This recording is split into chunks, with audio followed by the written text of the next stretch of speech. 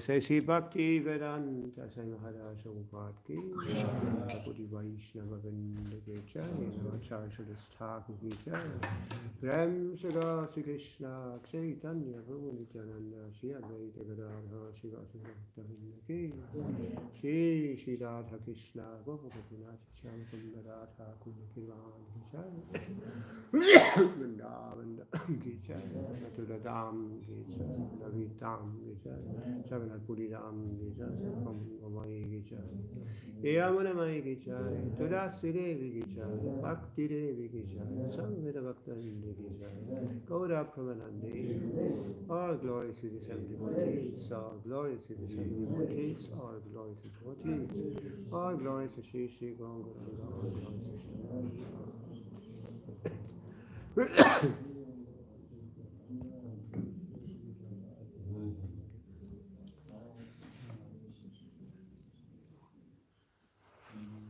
So first we continue with Srila Prabhupada's diary.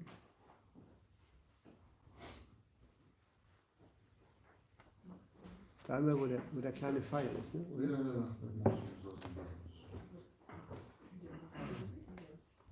So Srila Prabhupada is still in Mayapur Dham. An increasing number of devotees are discovering the sweetness of evening darshan in Prabhupada's room. Hast du das gefunden? No? Das ist Seite 3. Achso, hast du die Seiten da? Andere Seite. Das ist hier 3, 9, 5. 28. Februar. Kleinen Moment. Ja, ne? Ja, 28. Also ist ungefähr die 1, 2, 3, 4. Seite. Ja. Sridhar Mayapur. Ich würde das finden. Ja. Und zwar ist das da. Also. An increasing number of devotees are discovering the sweetness of evening darshan in Srila Prabhupada's room. Von den Deities?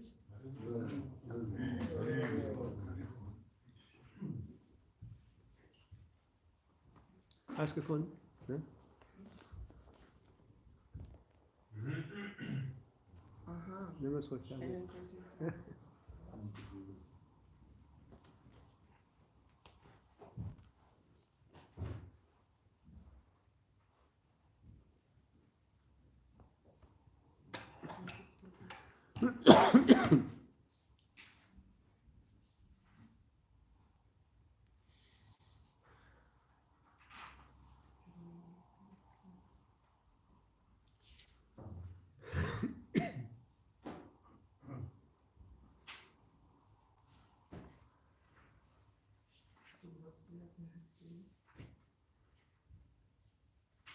Sometimes in Russian there is not everything translated. It's a. We don't have 29th of February in Russian. Oh, really? So what should we do? Continue to read. You translate. Yes. Yeah? Okay. So again, third time I read this sentence.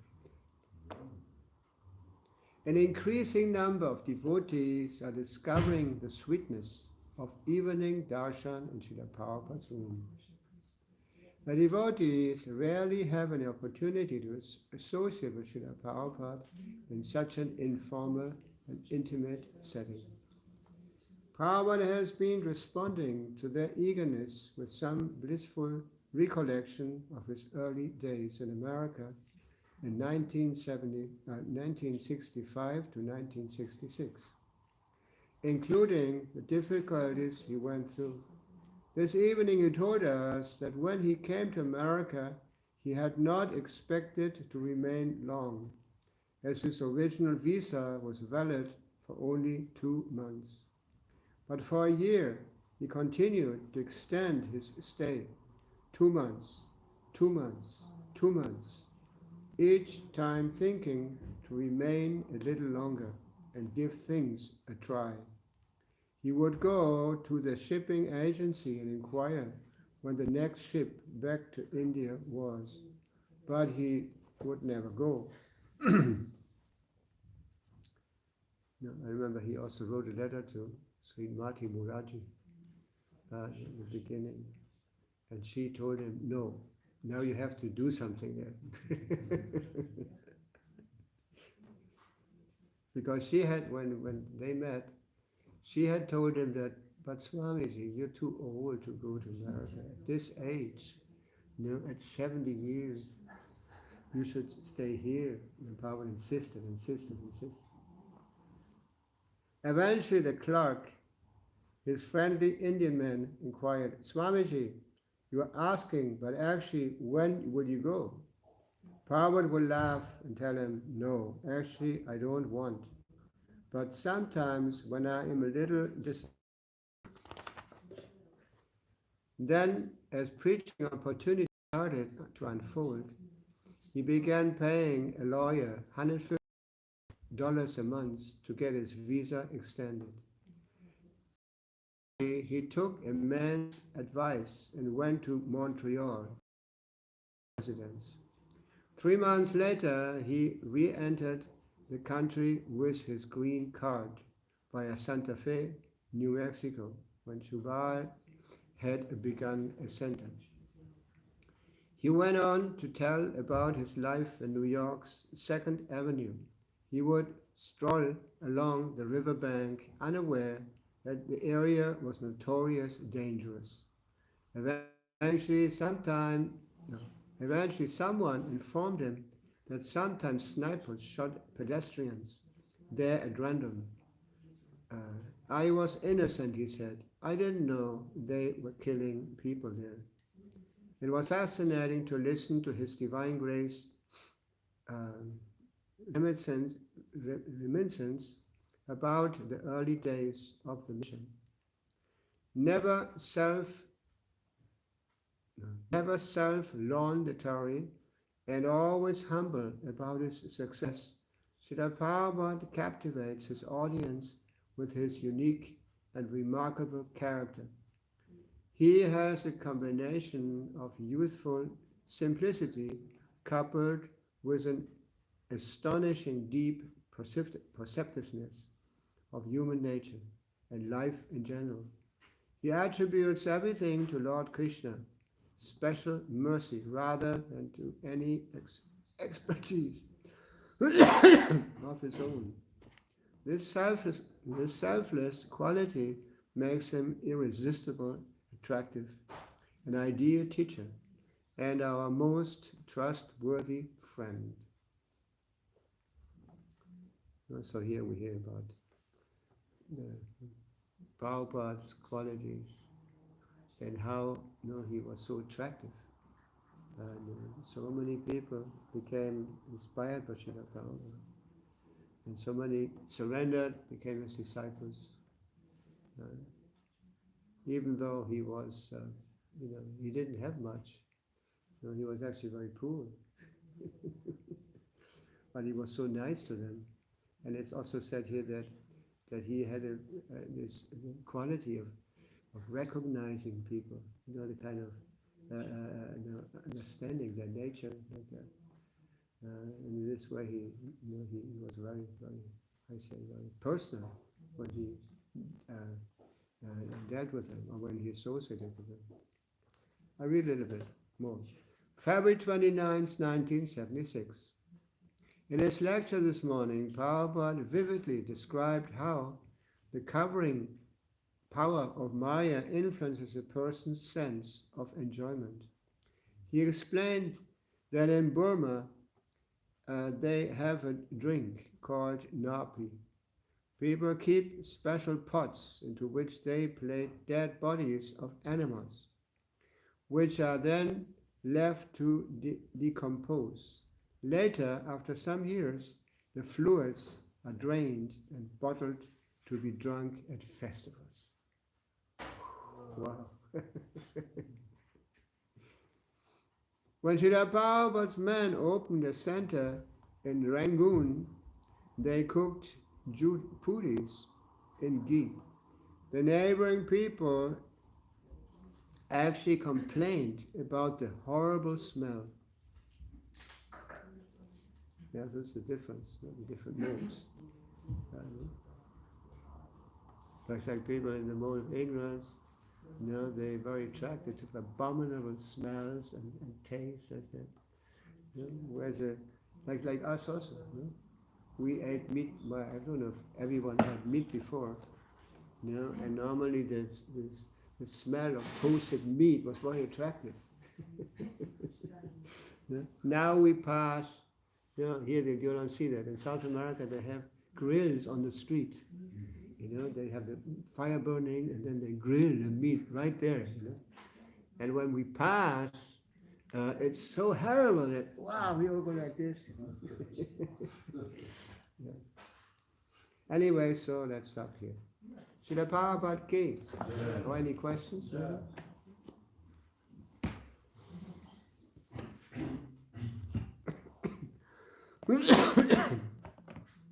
So we continue with the Srimad Bhagavatam.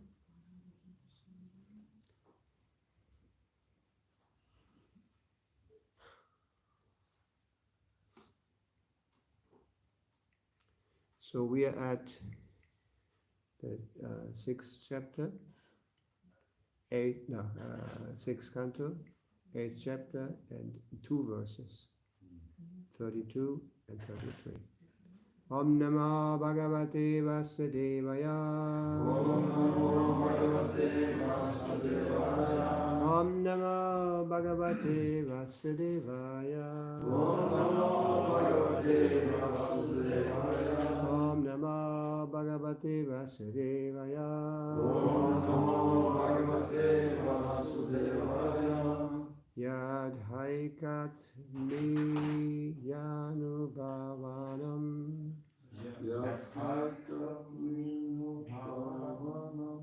Vikalparahita swayam. Bhusana yudha lingakya.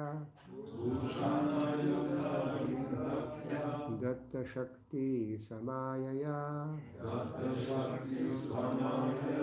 Tenaiva Satyamanena. Sarvajño Bhagavan Harihi. Patu Sarvai Swarupayana. Sada Sarvatra Sarvagaha. Somebody? Yathai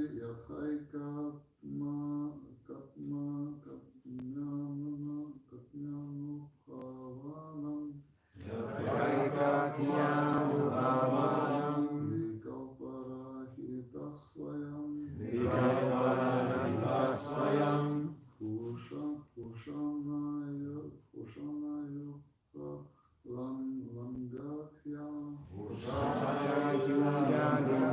Lingakya. Dhati Shakti Samaya. Tinaiva Satyamanena.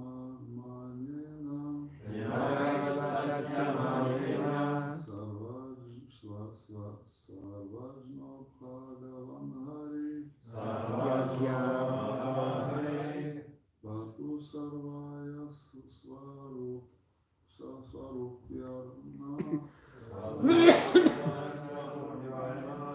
Sada Sarvatra Sarvagya.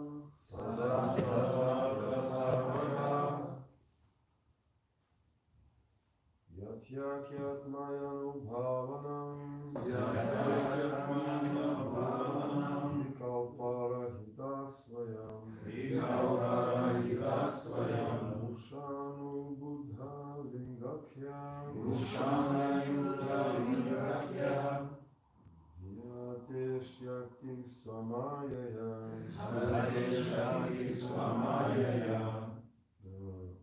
Yenaiva Satyamanina. Sarvajno Bhagavan Hari. Vatu Sada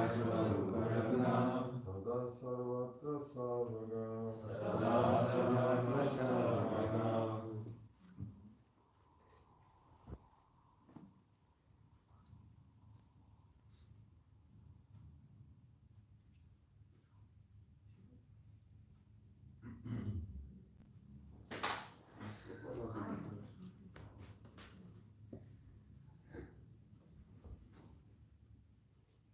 Noch jemand?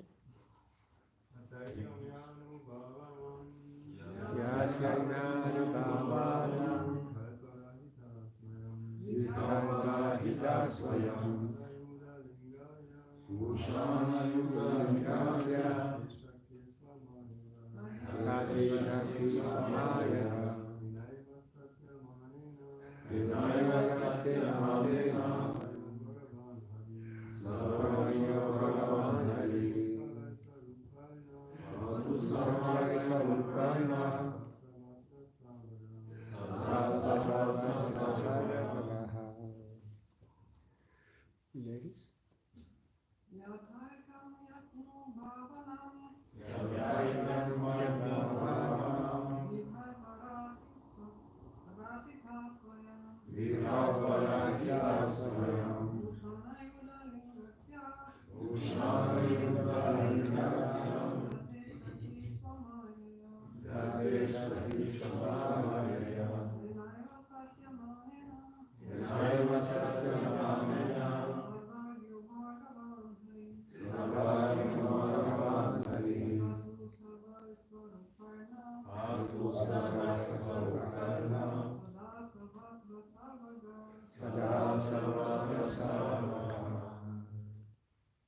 Yada, just as Aikatnya, in terms of oneness manifested in varieties, Anubhavanam, of those thinking, Vikalparahita, the absence of a difference, Swayam, himself, Bhusana, decorations, Ayuda, weapons, Lingakya, characteristics and different names that they possesses, Shakti, potencies like wealth, influence, power, knowledge,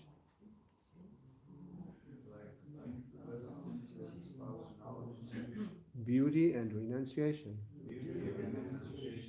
Swamayaya, by expanding his spiritual energy. Tenaiva, by that. Satyamanena, true understanding. Sarvagya, omniscient. Bhagavan, the Supreme Personality of Godhead. Hari, who can take away all the illusion of the living entities. Patu, may he protect. Sarvai, with all. Svarupai, his forms. Na, us. Sada, always. Sarvatra, everywhere. Sarvaga, who is all pervasive. Translation. The Supreme Personality of Godhead, the living entities, the material energy, the spiritual energy, and the entire creation are all individual substances. In the ultimate analysis, however, together they constitute the Supreme One, the Personality of Godhead. Therefore, those who advance in spiritual knowledge see unity in diversity. For such advanced persons, the Lord's body decorations, his name, his fame, his attitudes and forms, and the weapons in his hand are manifestations of strengths of his potency, of the strength of his potency. According to their elevated spiritual understanding, the omniscient Lord, who manifests various forms, is present everywhere. May He always protect us everywhere from all calamities. Purport by Srila Prabhupada. A person highly elevated in spiritual knowledge knows that nothing exists but the Supreme Personality of Godhead. This is also confirmed in Bhagavad Gita 9:4, where Lord Krishna says, Maya tatam vidam sarvam, indicating that everything we see is an expansion of His energy. I read the verse directly in Bhagavad Gita. Maya tatam idam sarvam jagadavyaktamurtina matstani sarva bhutani nachaham dishvavastita. By me, in my unmanifested form, this entire universe is pervaded. All beings are in me, but I am not in them.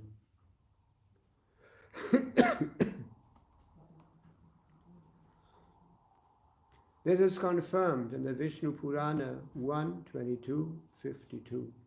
Ekadesha sitas gagner yosna vishtarini yata parasya brahmana shaktis tadhedam akilam jagat. As a fire, although existing in one place, can expand its light and heat everywhere, so the omnipotent Lord, the Supreme Person of Godhead, although situated in a spiritual abode, expands Himself everywhere, in both the material and spiritual world, by His various energies. Since both cause and effect are the Supreme Lord, there is no difference between cause and effect. Consequently, the ornaments and weapons of the Lord, being expansions of His spiritual energy, are not different from Him. There is no difference between the Lord and His variously presented energies. This is also confirmed in the Padma Purana. Nama Chintamani Krishnas Chaitanya Rasa Vigraha Purna Shuddho Nitya Mukto Abhinatvam Nama Naminaho. The holy name of the Lord is fully identical with the Lord, not partially. The word Purna means complete.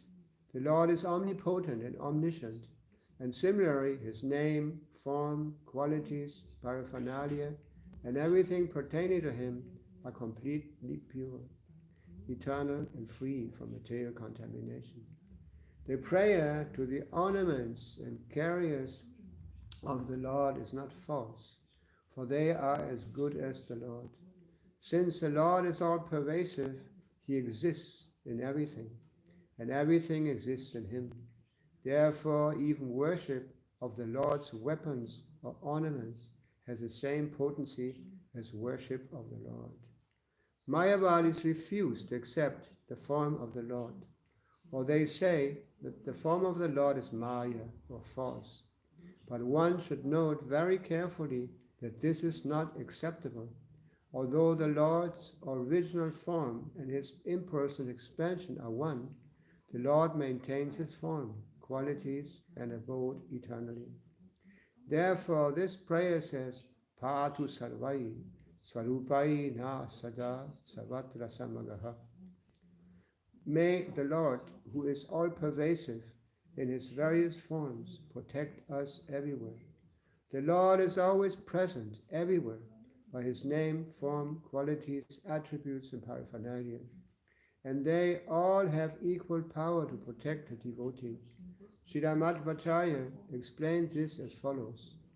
Eka eva para Vishnu bhushaheti dvajeshajaha tat shakti padadvena swayameva vyavastitaha satyenanena mam deva patu sarveshvaro harihi. Und das ist keine Übersetzung zu dem Vers. Das muss man sich dann selber raussuchen. So, we read it again. Tateigatmyanu pavanam vikalparahita swayam bhushayudha lingakya Date Shakriti Samayaya Tadaiva Satyamanena Sarvagyo Bhagavan Harihi Patu Sarvaisvarupayena Sada Sarvatra Sarvagaha. The Supreme Personality of Godhead, the living entities, the material energy, the spiritual energy, and the entire creation are all individual substances. And the ultimate analysis, however, together they constitute the Supreme One, the Personality of Godhead. Therefore, those who advance in spiritual knowledge see unity and diversity. For such advanced persons, the Lord's bodily decorations, His name, His fame, His attributes and forms, and the weapons in His hand are manifestations of the strength of His potency. According to their elevated spiritual understanding, the omniscient Lord, who manifests various forms, is present everywhere. May He always protect us everywhere from all calamities.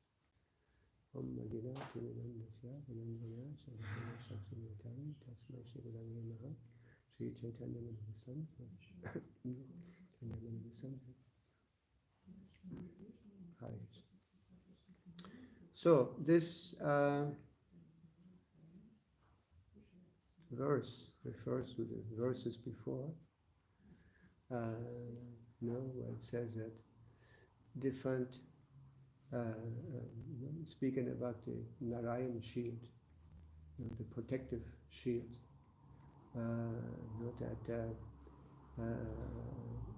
all these, the Narayan shield, is actually very technical, very detailed, and it, like I mentioned in former class, that these things are actually nowadays are not practical, because our mantras nowadays don't have the same potency. The circumstances have changed. That's why also we mentioned many times that this age of Kali Yuga is described in the Shastra as an ocean of faults. There's nothing good in this age of Kali Yuga. Ego Mahaguna. Not Ego Mahaguna. What was it?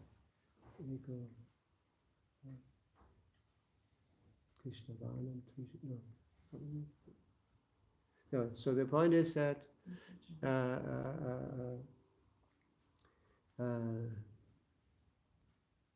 in this age of Kali Yuga, the normal or the common or the other processes, besides the chanting of the Hare Krishna, have actually no potency.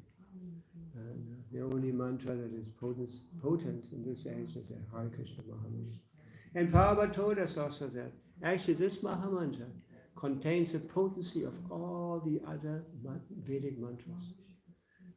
That's why this is why it's called not just mantra but Maha Mantra. It's a great mantra. And Prabhupada quotes this very nice verse here from the Puranas. Nama Chintamani Krishna Chaitanya Rasa Vigraha Purna Shuddho Nityanukto Abhinatvam Nama. It says that Nama Chaitamani, not Chintamani, that means the name is very blissful, nectar, a lot of nectar. Nama Chintamani Krishna Chaitanya Rasa Vigraha is the I don't know how it's in English, like the abode of all the different rasas. There's different rasas that the living entity can tend, pure devotee can have with Krishna. Shanta rasa and all these. Then Nama Chintamani, Chaitanya rasa, Purna. Prabhupada mentioned Purna here in this Prabhupada also. That it actually, it's complete. Doesn't need any assistance from anything else. Purna, Shuddha, completely pure.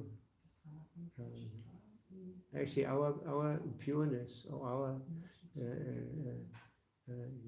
purity is in the material world, even though we might situate ourselves in the mode of goodness, but the Shuddha Sattva. Shuddha Sattva is actually transcendental, completely transcendental. Nama Chintamani Chaitanya Rasa Punna Shuddho Nitya. Nitya is eternal, is not something that was created at one point and goes away, becomes animated again. Punna Shuddho Nitya Mukto. Mukto, it's always free from the influence of the modes of material nature. Never comes under the dominion of the modes of nature. Just like when Krishna comes. Krishna actually is not influenced by the modes of nature. He's Akam. He doesn't create any reactions on the material platform. But he's always transcendental, pure. And very difficult to understand. Very difficult. Krishna is very difficult to understand.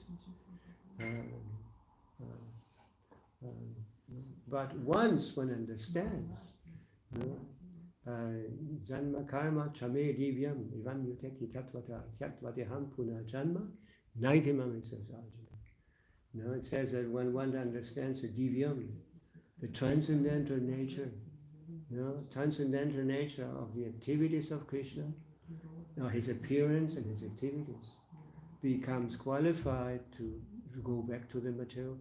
Actually, the verse says he doesn't take birth again. That means he goes actually to the transcendental platform. So divyam.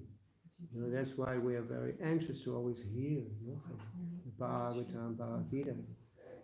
Because this understanding of the activities of Krishna and his appearance are very much different than ordinary activities on the material platform. When Krishna comes, he's, like I mentioned, he's influenced by the modes of nature. As individuals, conditioned souls, Janma Karma, we are under, we are under the influence of we're suffering, so better to say, from birth, disease, old age, and what is that? Old age, disease, and death. So this is, I just heard a class where Prabhupada was saying that this death can actually come at any minute. One disciple in Buenos Aires, in Argentina, just left his body. All of a sudden he had some problem. They took him to the hospital, and he died. He left his body.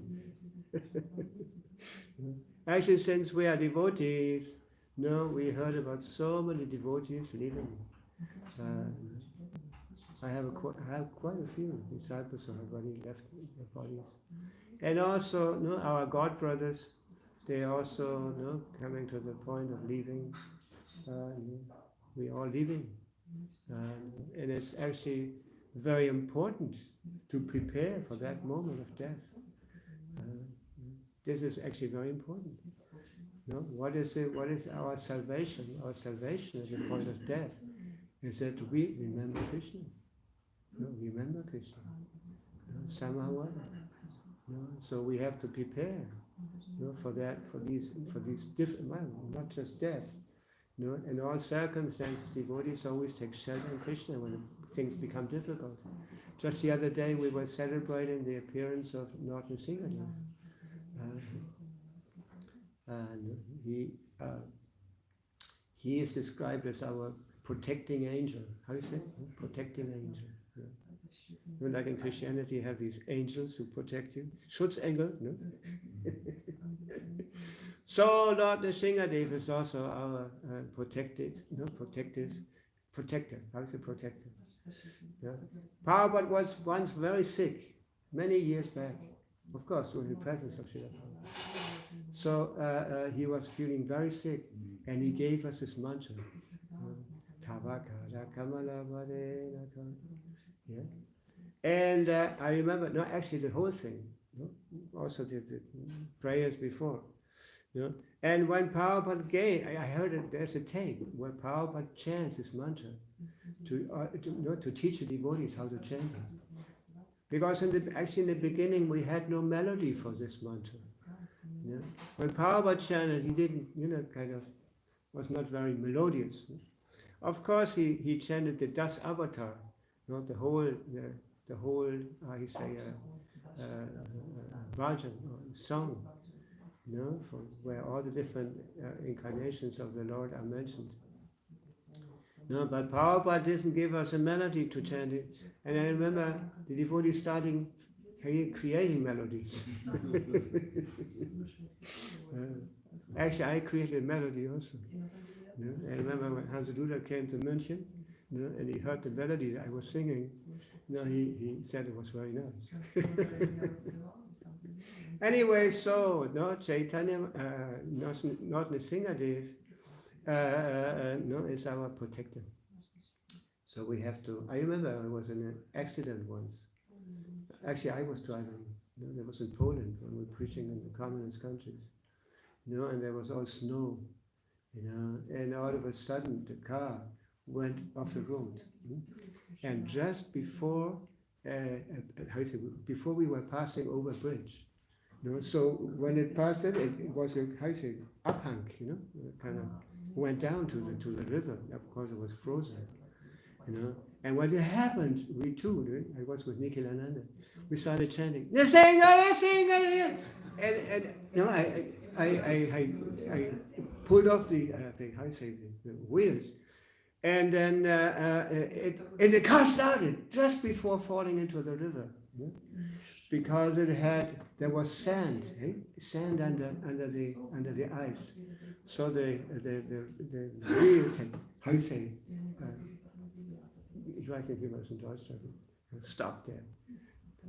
And we had different experiences. And I'm sure you also have experience with praying to the Nrsingadev in difficult situations. So anyway, so we were talking about this mantra, Nama Chintamani Krishna Chaitanya Rasavika, Puna Shrudoni Tamukdo, Abhinatvam Nama Namino. Abhinatvam Nama Namino means Krishna and his name are not different. Like Prabhupada used to say, this is a sound incarnation of God. Actually, Krishna is there. And as we hear from this verse, actually these things, everything related to Krishna directly is not different from them. And Prabhupada explains to us, actually, whatever we see is nothing more than the energy of Krishna. Everything has a purpose. I was talking to somebody some days back, and he had only come once to the temple, but he was part of this big yoga organization here in Germany. So he, instead of, when we started speaking to him, he immediately started arguing. And because we started, we said that actually, this yoga normally teaches, only introduces us to the impersonal aspect of God. The real yoga is actually meditating on Vishnu. Like it says, Kripa Jayatu Vishnu, where the different yugas are explained, and different poses for different yugas. And it says, Kriti Jayati, meditation. In Satya Yuga, the meditation on Vishnu was a process. And then but there's other aspects, more advanced aspects of the Supreme Personality of God, of the Absolute Truth. Then when we started talking about that, he kind of blocked off. And then he started arguing. And so I started explaining that actually it's like the sun. The first thing you perceive of the sun is the sunlight and the heat. And then next step is Paramatma, localized aspect. And I gave him the example of the sun. First you perceive the heat and the light of the sun, then the sun, localized, where the energy is coming from. And beyond the planet, there's the sun god, Surya. And immediately he started saying, what? This is what you believe. Do you have any proof there's a sun god? So then I was sitting there with this devotee the Indian devotee, I don't remember his name, he's always coming on the weekend, he cooks also. Huh? Yeah, Indian, whatever. So I was sitting with him, so I left it up to him, So he continued, and I just heard, the last thing I heard when I left, he said, this is just like studying. First you go to school, learn the basics, then you make your how you say, Abitur, then you study, then you get another diploma, and maybe you can become also an expert, make your doctor, your PhD, like that. Anyway, that's how it works. No, but unfortunately, in this age of Kali Yuga, it's very difficult to understand, difficult to accept God as the Supreme Person of God. By the different processes that we normally are coming in touch. Most of them are impersonal concepts of God. But here we hear how everything is related to Krishna. Sarva karana karanam. That Krishna is the cause of all causes. Ishvara parama Krishna Sachidananda Vigraha Anadiradir Govinda Sarva karana karanam. Karana. It's a cause. Sarva karana. Krishna is Sarva karana, the cause of all causes. And actually, like we hear here now, everything, he's the cause of everything. So everything manifested within our perception and also beyond our perception, all comes from Krishna. Krishna is the cause of all causes. So this is difficult to accept, especially when they hear that we have to surrender. We have to surrender. We have to give up our selfish plans. And this is actually the only way that, like Krishna says in Bhagavad Gita, the only Bhakti Mama Jananti. It's only possible to understand Krishna by devotional service. And devotional service means surrender. Gradually you have to learn how to surrender more and more and more and more. It's just like Prabhupada gave us this nice example. He was just meditating on the instructions of Srila Prabhupada for so long. And he started publishing his Back to Godhead magazine.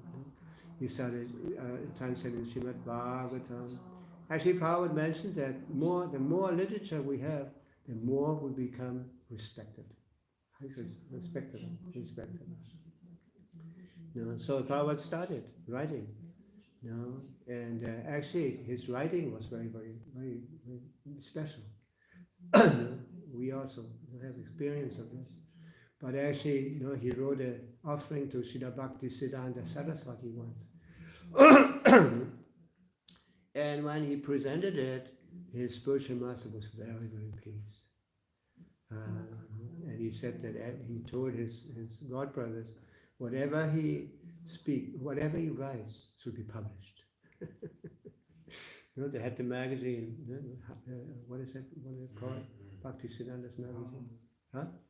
The Harmonies, the Harmonies. And in the end, before Srila Prabhupada came to the West, when he moved, he became more involved with the Gaudiya Math. They asked him to take charge of the Harmonies. But then he organized it, they didn't like it very much. So they took it away again. So Prabhupada started his own magazine. Like many times we have commented on that Prabhupada was not just writing philosophy, just like that, but he was also very carefully studying the news of the world, and started writing, making his comments to the news of the world. And this also actually was also started in Back to Godhead, in our Back to Godhead. That Prabhupada left us with the Back to Godhead. Yeah. And no, there were, I don't know if it's still there because I haven't seen it back to Godhead lately. I used to have a subscription, but somehow I spaced out and didn't renew it. But there was always a page, double page about news of the world, commented by the devotees. And there was also an article always on the chanting of the Hare Krishna mantra, and showing pictures, a lot of pictures of devotees going out in Harinam. And then there was another article about how I came to Krishna consciousness, how I became a devotee. These are very interesting articles, especially when you read about how devotees became devotees. Wow, every devotee has his story. Any devotee has his story. And once you start speaking about it, you become all quite inspired. So this is the process of Krishna consciousness. It's very simple, but Papa used to say it's simple but difficult for the fools and rascals. Just chanting, following the regulated principles, getting up early for Mangal Arati, following the whole program, especially associating with devotees, hearing the classes and all that. Only take prasad. And then after, first we have the morning program. We are completely, occupied in the sadhana. And then after breakfast, everyone has his service to do. And Prabhupada used to say, every devotee works under some other devotee. That means we don't have a horizontal structure, but we have a vertical structure. So Prabhupada was the supreme authority. He empowered other devotees to take charge. He created the GBC. Prabhupada used to call them the watchdog of ISKCON. And under the GBC there were the presidents. That's how, at least that's how Prabhupada created it. In every temple they had a secretary, they had a vice president, and they had a president. And this was actually introduced by Srila Prabhupada. And Srila Prabhupada mentioned, in this case he mentioned, in this regard he mentioned, that in India they had a railway, how is that? Zug, Anzeige, wie sagt man? Oder nicht eine Anzeige, sondern ein Aufruf vom Zug. Was ist Zug? Wie sagt man hier Bundesbahn? Aber wie ist das in Englisch? The company of the trains. And it shows a big wheel,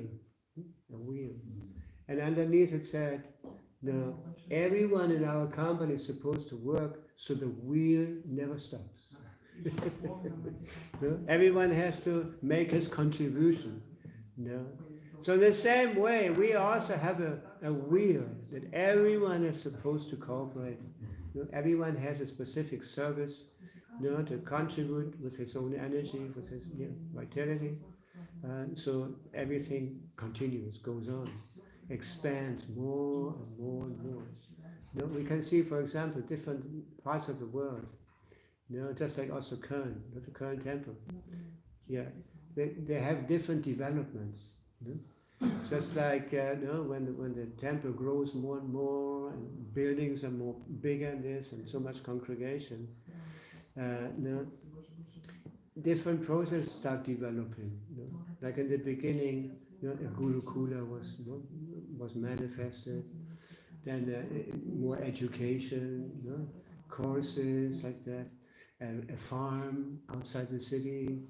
Prabhupada used to say that the farms were for living, for giving present space for devotees to live, whereas the centers and the cities are preaching function.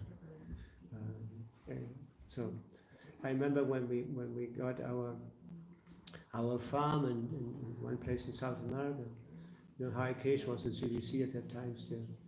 He said that when you have more than 80 devotees, you can think about getting a farm. And we did. Yeah. Because actually, the farms absorb a lot of energy. There's a lot of, you have to invest a lot of energy, a lot of money and all that. And bygone times, in the old days, the brahmacharis, whatever they collected, they gave to the temple. They didn't keep a cent. And they were supplied with everything they needed. That's where all the big temples in ISKCON come from. Where there's big temples, that they come from that area, from that time. Just like New Mayapur, in France, huge castle, because they had so much sankirtan, so many devotees going out collecting, distributing books. Then where else? Oh, in Spain also. I remember the name. They have also a castle there, a lot of land. They were also very, very busy distributing books before. And now that the devotees, there's not so many brahmacharis. There were a lot of brahmacharis. There were hardly any householders at the time. And and then the ashram of the householders increased more and more. And they started living on the farms like that. Actually, Prabhupada wanted our householders to live on the farm. That was his idea. And that they should produce what they needed. I remember in Spain they had a rule. Whatever householder was living on the Vega farm, he had to cultivate a part of the farm. They gave him a piece of land. They had a house and a piece of land, and they had to cultivate that part of the land. This was kind of, the permission to live there on this farm. And now, and we see, other things are happening also in big temples. They start doing all kind of projects. Whereas in small places, and normally only preaching, distributing books. They have some Gornitai deities at their farm, at their temples. Just like we also started in Germany, we started with the same thing. I remember in every temple, we didn't have deities. Only in Hamburg we had Radha Krishna deities. But in the rest of the temples, we all had a picture of Panchatattva. That was the standard. And a devotee was painting all these. There was we were not that advanced with photography. They were all paintings, Panchatattva paintings. And that's just like some time ago I went, there was, what was it, temple president in München. Anyway, many years back. And he was writing about the Munich Yatra. And I had been the first one in Munich. I had opened a temple there. So then he wanted to write about it, the whole history of the Munich Yatra. So he wanted to know what was the first temple and all that. And so then he invited me to show him all this. So then at one point we came to Oberschleißheim. Oberschleißheim was our second temple. Oberschleißheim, very close to Dachau, to the former concentration camp. Anyway, so I couldn't find the place. They had changed very much. So then I asked, because I remember, maybe I told the story here again already. Then I asked, wasn't there? I asked somebody, wasn't there a bakery here somewhere? Because opposite to the temple we had a bakery. So they told me where it was. So I went to the house where we had the temple before. And I rang the bell, the lady came to the door. Hare Krishna, This was your temple before, no? And then she let us in, we sat there. And I also noticed she had a Bhagavad Gita in the library, the first Bhagavad Gita that we printed. Anyway, so she said, yeah, there's still some things here from your being here, no? And she lifted the carpet, no? It was painted pink. No, we had it painted pink. And then also there was an arca, how you say arca? Like a window going out, that kind of, how say that? Yeah. Right. Then we had our altar. No? And then she called me and said, look at this. There was still the tilak on it. I had painted the tilak.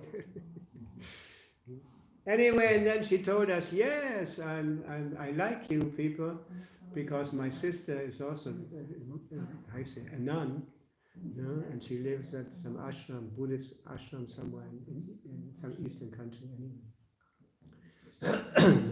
So this, all these circumstances, no, especially for devotees, no, when they look back, they can clearly see that actually this is all within the framework of Krishna's plan. How we became devotees, how we met our spiritual, how we met Srila Prabhupada, and all this. And more, devotees start perceiving Krishna everywhere. Just like mentioned here in the verse. They see something and they immediately think, oh, or they see also with the eyes of the modes of nature. They can, hearing of the function of the modes of nature, they can also see how the modes of nature are working. And the way that people acting, the way they have their environment and all that. And behind everything is Krishna. Not that everything works just by its own. Or has manifested by some bang or some soup, in the beginning. But actually, this is very important to hear from the authorized sources to understand the complete picture, to see the complete picture. Anyway, I don't want to extend it unnecessarily today. Maybe there's some question or some comment. You want to say something? Translate. Yeah, you look like it. Sorry? So, übersetzen.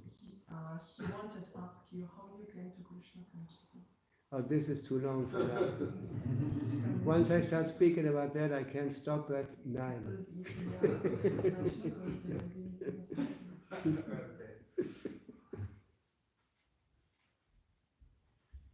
But very shortly after coming to Krishna, after meeting the first devotee and all that, Prabhupada came. When I moved into the temple, just a week later, the devotee said, Prabhupada is coming, Prabhupada is coming. And at that time when Prabhupada was about to come, the whole atmosphere changed. Everyone was ready to surrender. Like this, everyone started painting the temple, and cleaning everything.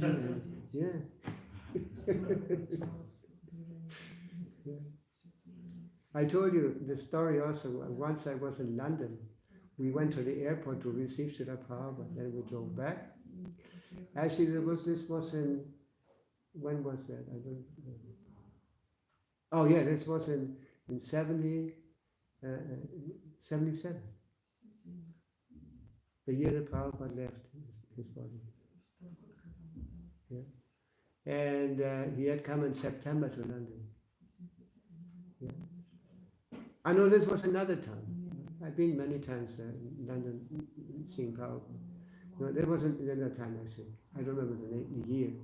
And we went to the airport to get Srila Prabhupada, and we drove back to Birdy Place, the first temple they had there. And then I was walking just behind Srila Prabhupada. This was a very, how you say, enges house. Wie sagt man das? But high, different stories. But very, very, how you say, eng, wie sagt man?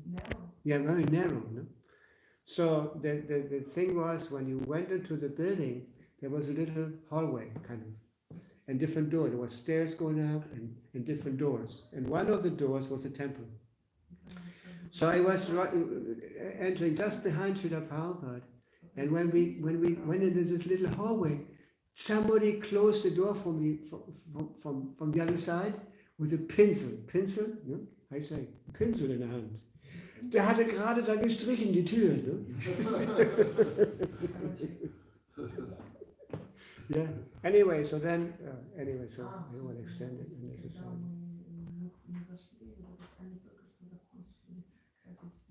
Like I mentioned many times that before I became a devotee, I was sure that I needed a guru, and I was planning to go to India to get a guru, find a guru. You know, I had worked to get some money, and I had already, almost the money for the ticket, and then I came in touch with devotees, and I gave my Sparbuch, I say, I gave my Sparbuch to the temple, to the devotee. I didn't have to go to India to find a guru, but the guru came to the place where I was living.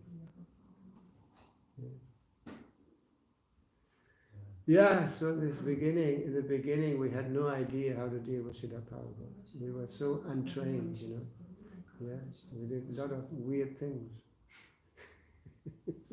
And Prabhupada just tolerated it all. Yeah. And sometimes Prabhupada said, no, not like this. You have to do like this. Yeah. But because Prabhupada was Prabhupada, we accepted everything Prabhupada told us to do. Actually, most of us, the first devotees, we all came from a very rebellious, environment. Very rebellious. Yeah. And it was incredible that Prabhupada made us all surrender. Because we noticed that Prabhupada actually was different. Very different. I remember when I saw the first class of Prabhupada, it was in Hamburg, in Eltendorfer Weg. We had a temple in a very special environment. When I saw Prabhupada sit on the Vyasasana, even though I didn't understand much, but it was so impressive to just see him. At one point I had the impression that he was either not man, no woman, but he's something else. Yeah, actually he was transcendental. Yeah.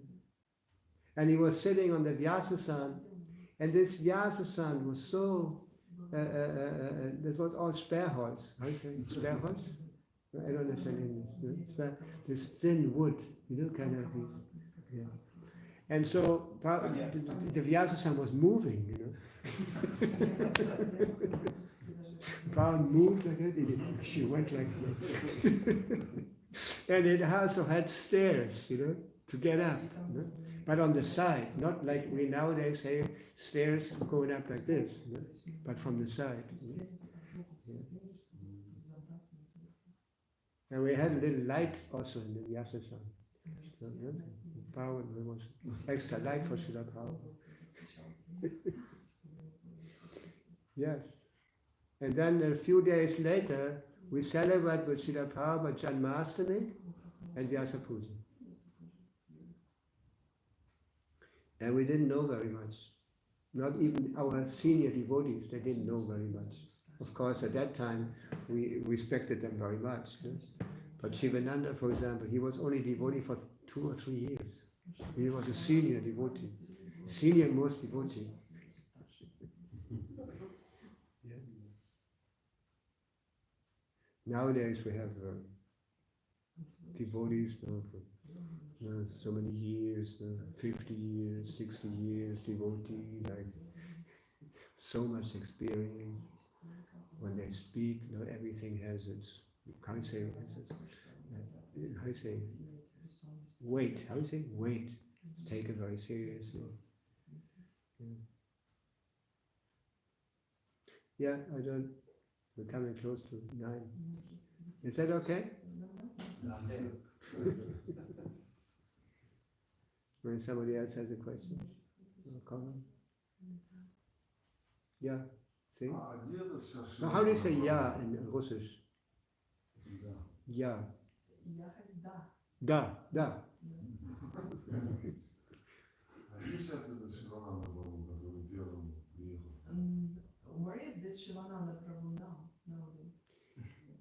We had a meeting here in Germany. What was it? Some years back.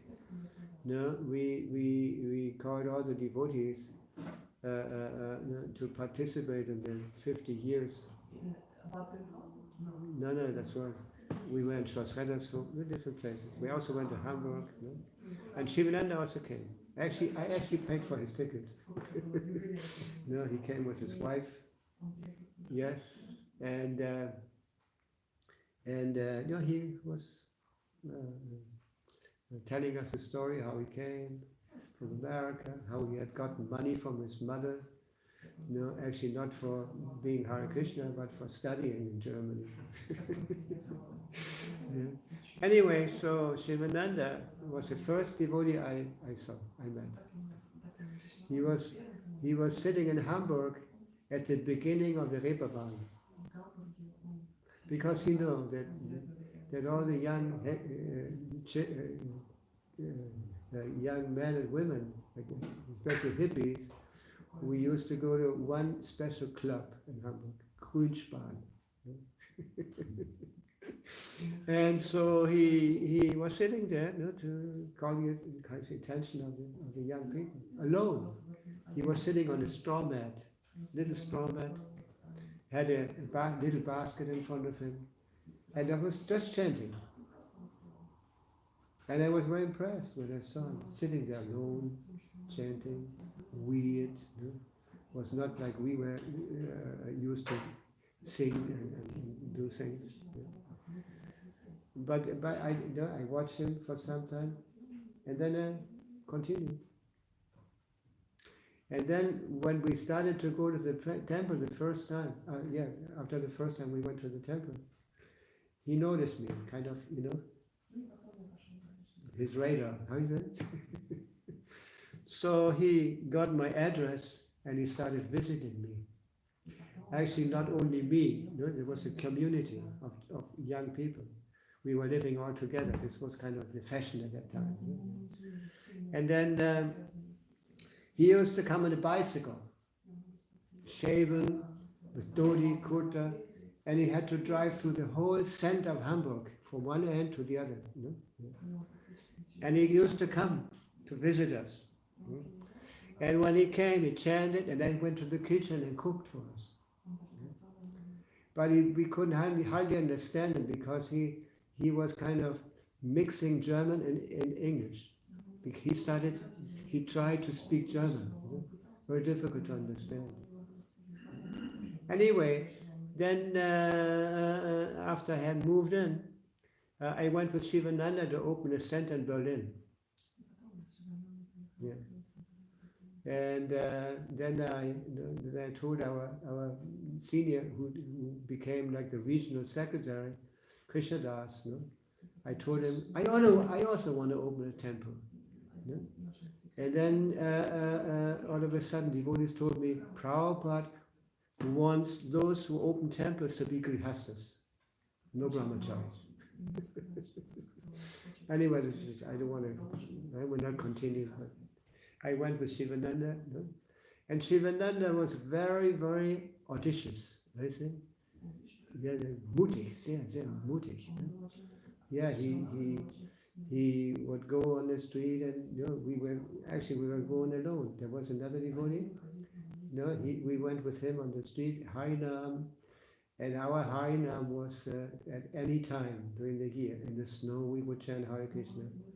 We put our lange Unterhosen, Wollmützen, and sometimes there was wind, and the dhoti was flying, and they saw us standing in lange Unterhosen there, Yeah. Anyway, then at one point, I remember when we always going in the Kudam, Café Kranzler. Ist jemand von Berlin? Ja, ein wichtiges Restaurant. And we always standing there chanting. And at one point we were chanting, and then there came seemed to be pretty crazy guy, hair and this and everything. And he started playing his harmonica with us. We were chanting, and he was playing his harmonica. And then, so we took him to the temple. He became a Akrura.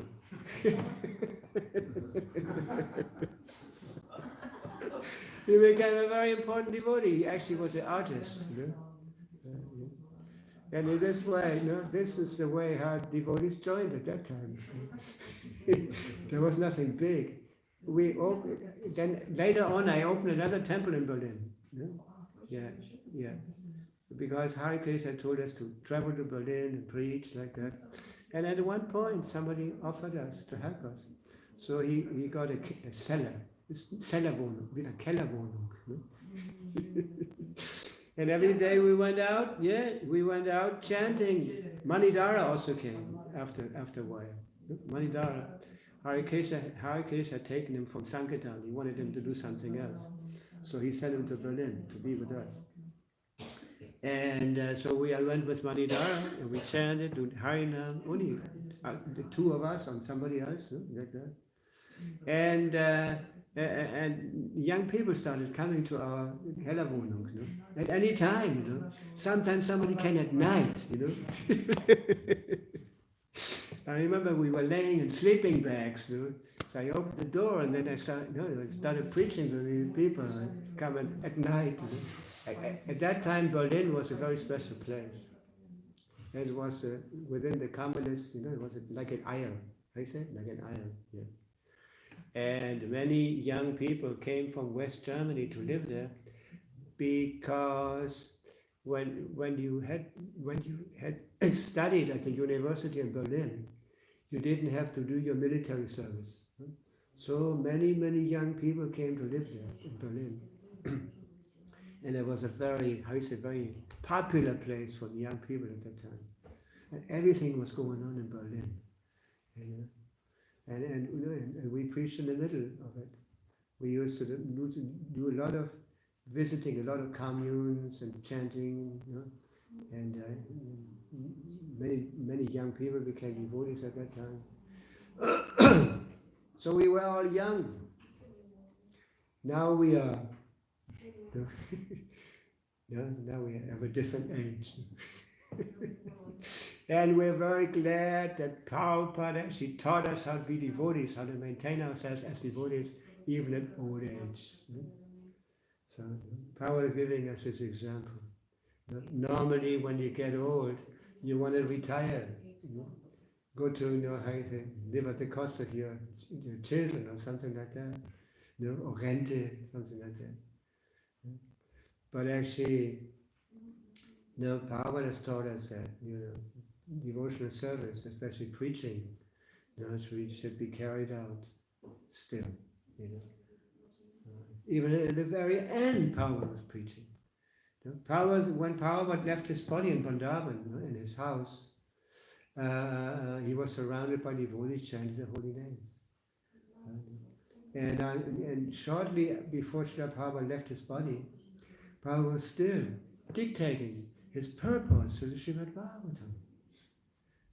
That means till the very end, there was a godbrother of Srila Prabhupada who told him, now you should retire and let things do by your disciples.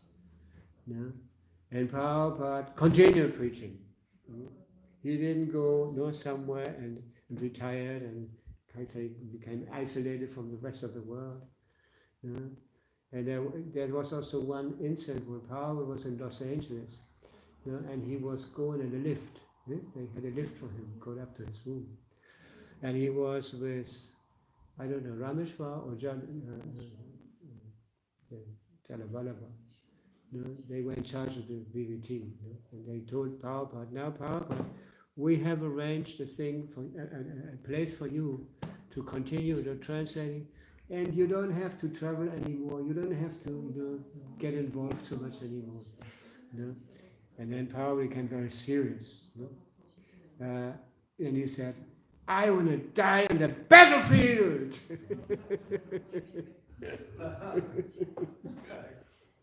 And this was Prabhupada given us the example.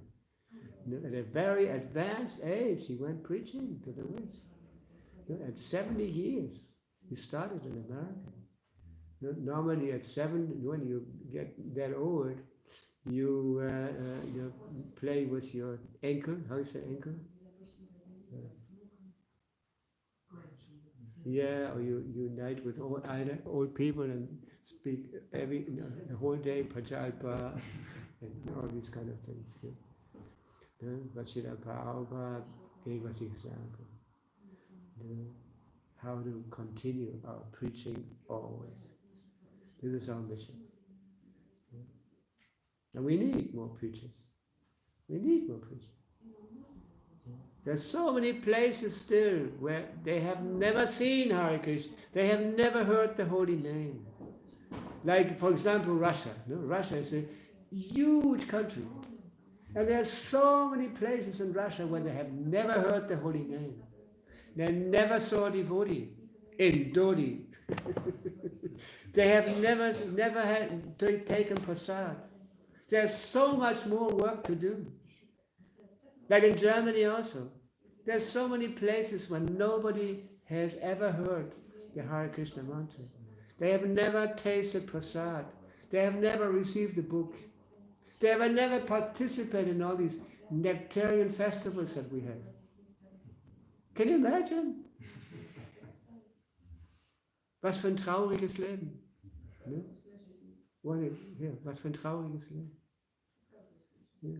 There's so much to do. I always tell devotees when I travel, different. Normally I'm traveling here. This place is more like my base, where I do a lot of things that I cannot do, because I'm always traveling. And also I have a health insurance here, Hare Krishna. I do all my dentist work and all this stuff in Germany. Yeah. Anyway, but there's so much more. Yeah. And I'm convinced there's so many more devotees waiting for you to contact them. So often we have seen that. That we meet somebody on Harinam or on book distribution or whatever, and they say, wow, this exists. Wow, it's so incredible.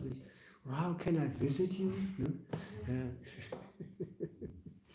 And these are the people we're supposed to meet on Harinam, for example. The other days when we went on Harinam, I was thinking, wow, these people are so fortunate to hear the holy name. And you saw the reactions also. So many people started dancing and smiling, seeing the Harinam. Yeah. This is only the beginning. Also on Sankirtan, I always tell the devotees when they meet somebody favorable, they should write down the name, the address, or the email, and cultivate these people. Devotee care. Taking care of these people, introducing them to this incredible, blissful Krishna consciousness. So this is our real mission. Like Prabhupada used to say, like the child grows, and the father has the expectation that once the child is grown, it takes on responsibilities and continues the business of the father, or has the activity of the father. So Prabhupada also did the same thing. He taught us how to chant Hare Krishna, how to do this and that, so many things in the temple. But when Prabhupada became very, very extremely pleased when he heard the results of the preaching.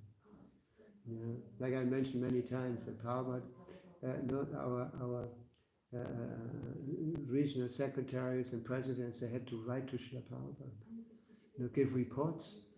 I wrote a report to Srila Prabhupada once also, from München. We had opened a temple.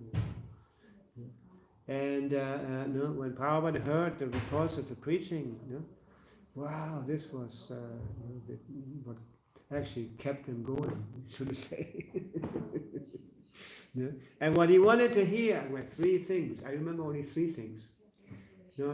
How many temples did you open? How many books did you distribute? How many devotees did you make? This was Prabhupada. That was what Prabhupada wanted to hear. Yeah. And I remember it started in different temples, big temples like Los Angeles, London, like that, they started Bhakti programs.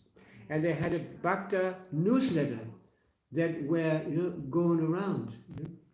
And in this newsletter, just like in the Sankirtan newsletters, you write down how many books you did. And so in this newsletter, Bhakti newsletter, the Bhakti programs in different parts of the world had to fill out their results. How many people had come to stay overnight, how people had come regularly and already started chanting, how many people became initiated like that. And there was a competition between the Bhakti programs. Yeah. I remember once, I still remember that newsletter.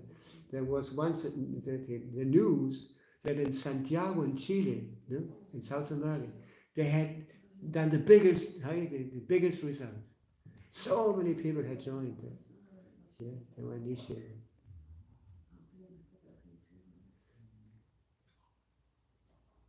And at one point, Harikrishna told me to do Bhakti program. Yeah. And I went, he sent me also to London to learn from Tulasi. Tulasi was the man who started the Bhakti program in London at that time. He came from America, from Los Angeles.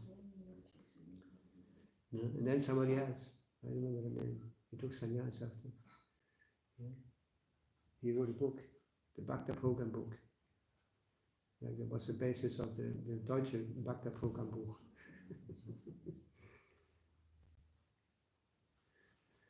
Sorry, I explained it. Sorry. Ja? Sag ihm das nochmal, was ich gesagt habe. Dass er mir verzeiht, dass es so wie sagt man Deutsch? It was such a simple question.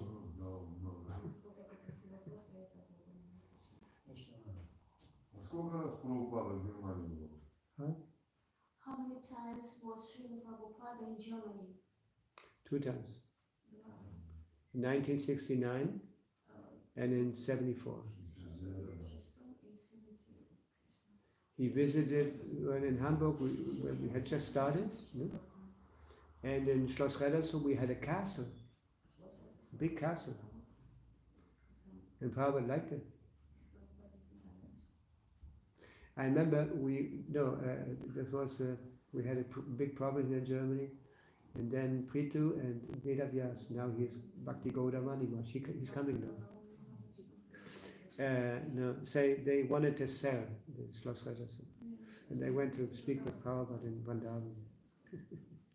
And Prabhupada said, no, the devotees need a nice place too. That's what he said.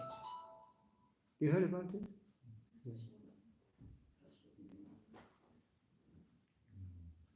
Yeah, anyway. In the beginning, Prabhupada was praising very much Germans, that kind of, made in Germany and all this stuff, And when he saw the Bhagavad Gita that we had printed, he was very impressed. Yeah. We went to Calcutta, Kolkata they say nowadays. We went to Calcutta, and this was in 74. It was the first time we went to India. We went with our GBC. Hansula was our GBC, and the 4 temple presidents, Prithu, Shivananda, Chakravarti, and me. We went with him to Mayapur festival. And we brought the Bhagavad Gita. And Prabhupada, when you go to Mayapur, you have to first go to Calcutta, the airport, Calcutta. It was at that time it was called Dum Airport. Then later they changed the name. They gave the name of the opposition leader. There were 2 groups opposing the British in India. There was Gandhi, and there was, what was the name of that? Anyway, Chandra Bose. He was the underground, violent resistance against the British. Yeah. And so, so we went to the temple, Albert Road. They had already a nice temple, Calcutta, and they still use the same temple nowadays. Still, at that time, no, Prabhupada was staying there. So we went to see Srila Prabhupada, the German leaders, and then we presented Prabhupada with the Bhagavad Gita, and Prabhupada was very impressed by the quality.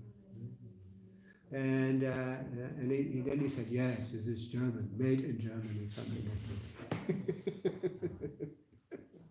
And then he asked to hear from the Bhagavad Gita in German. So Prithu started reading to him in German, Bhagavad Gita. Yeah? Prabhupada was looking. That's how I sound in German.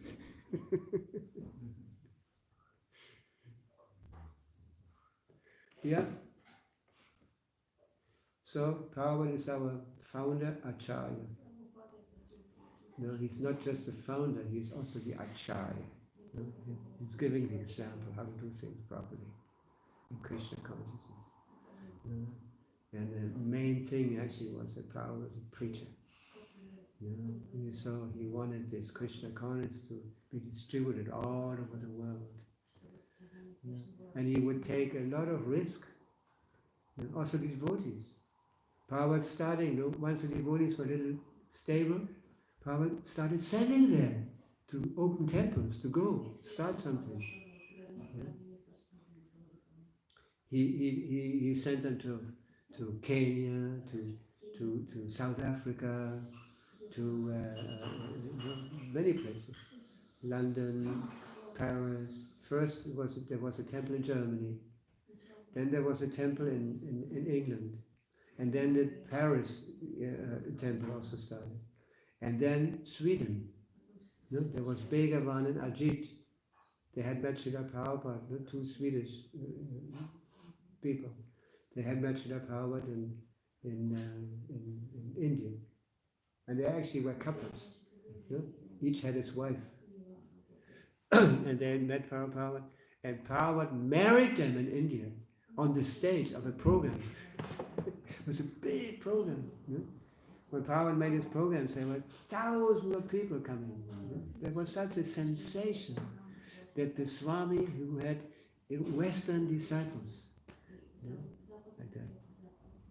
So then he married them in public, like Swedish disciples, and they went to Stockholm to open a temple there. Yeah, also.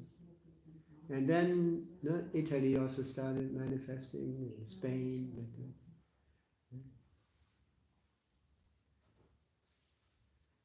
Yeah, this is all from preaching.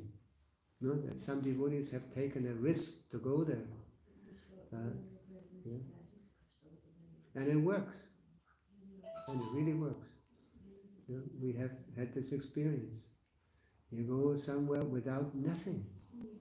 You just sit down, chant Hare Krishna, and wait until somebody comes and asks. And then you ask, look, I have nowhere to go. You have 2 square meters in your place, so I can put down my sleeping bag there.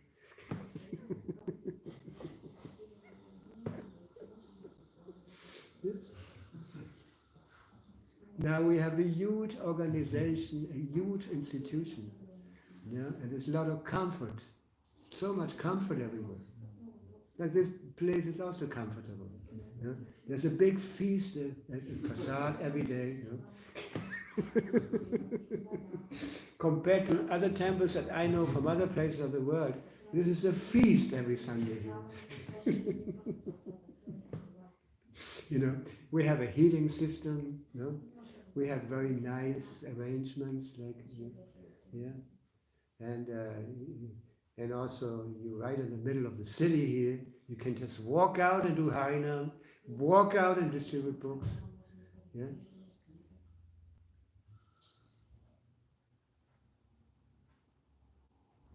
Did I forget something?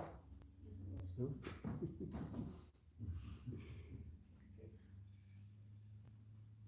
Yes. Where are you from? From Ukraine. Ukraine? Yeah. You speak English? A little, sir. Oh, very good. Are you born in Germany? Yes. What place? Hamburg. Hamburg. Wow. Yes, that's where Prabhupada came. In north. In the northern part of Germany, people are more, they call them cold, don't they? More reserved, kind of. Like I remember we started doing Sankirtan there, and we had a kind of mantra, kind of what we did. And people in Hamburg used to say, was willst du denn? Was willst du denn wirklich? You understand what I mean? Yeah, anyway, so Papa came to Hamburg. Hamburg is my dream.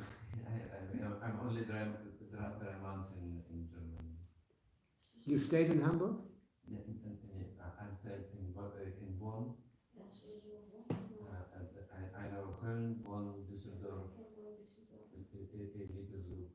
Frankfurt, but Hamburg is my dream. It's fantastic. Why? Because it's Nordic Sea area. I love nature. I love islands. It's a hellish city. It's big.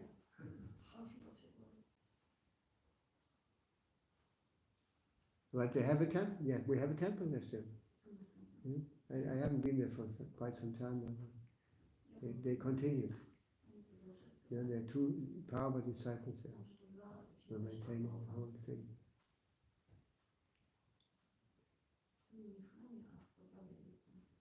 When you go to Hamburg, don't forget to go to the temple.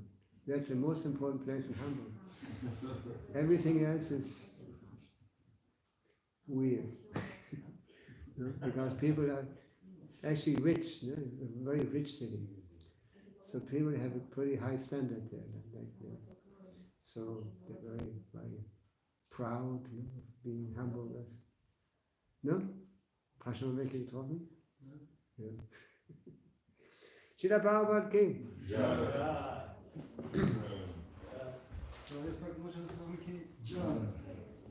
Srila Prabhupada King.